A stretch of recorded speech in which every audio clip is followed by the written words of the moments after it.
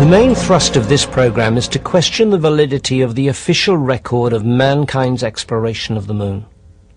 Sending men to the moon and bringing them back safely is widely held to be the greatest technical achievement of mankind so far.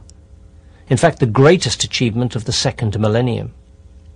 But this story of Project Apollo presents an alternative viewpoint. The material you will see uncovers numerous inconsistencies in the official NASA record of manned missions to the moon. The anomalies presented bring into total question whether, over the period of 3 years from 1969, 12 named Apollo astronauts really did travel through deep space and walk upon the surface of our celestial neighbour, the moon.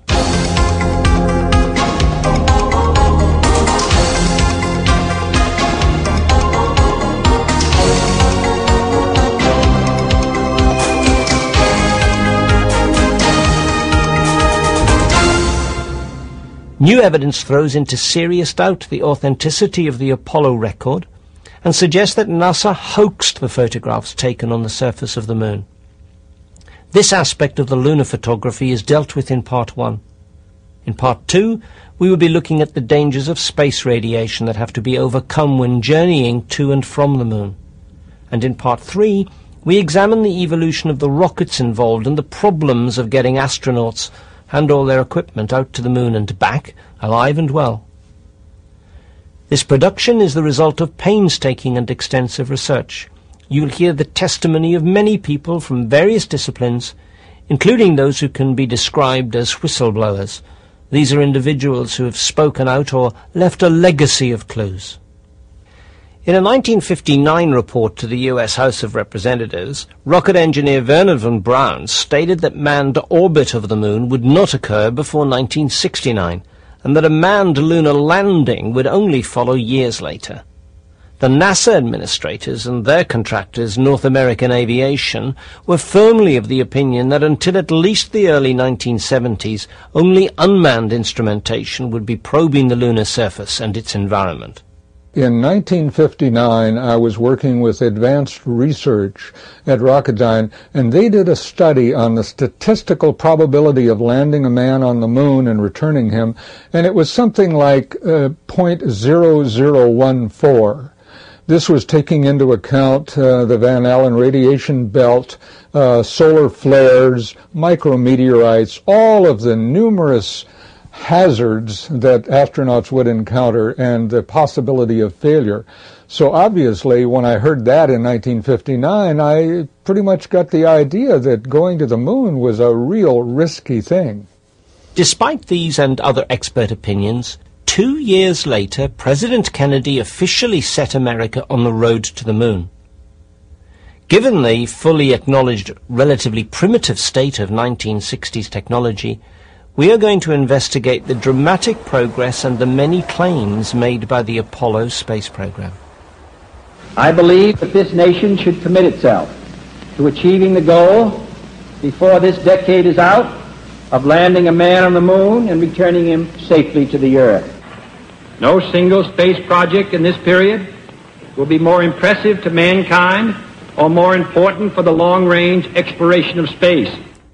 This program will show that real live astronauts were sent on the high-risk journey to the moon, but they were not the now famous named astronauts who in all probability never left Earth orbit.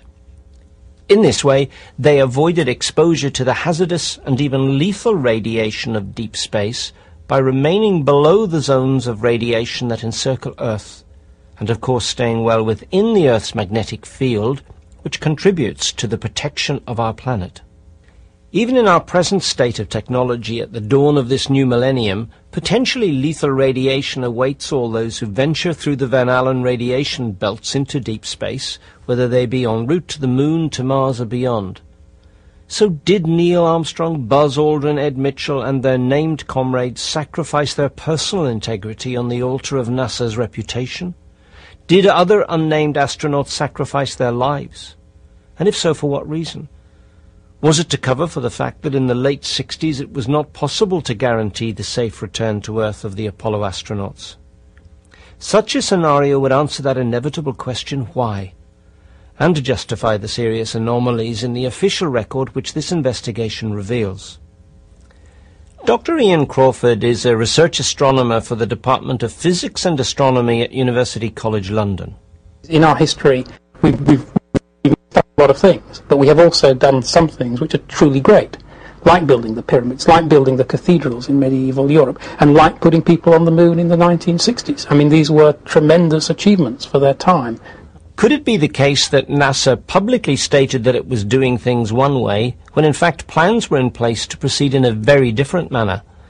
Was it realized very early on that apart from the unpredictable radiation hazards and the massive technological challenges, the lunar environment itself, without an atmosphere and certainly no winds, created yet another set of insurmountable problems? Maybe it'll, that's what it looks like, it's waving in a breeze. How many times can a man turn his head and pretend that he just doesn't see? The answer, my friend, is blowing in the wind. The answer is blowing in the wind. Yes, and how many deaths will it take till he knows that too many people have died?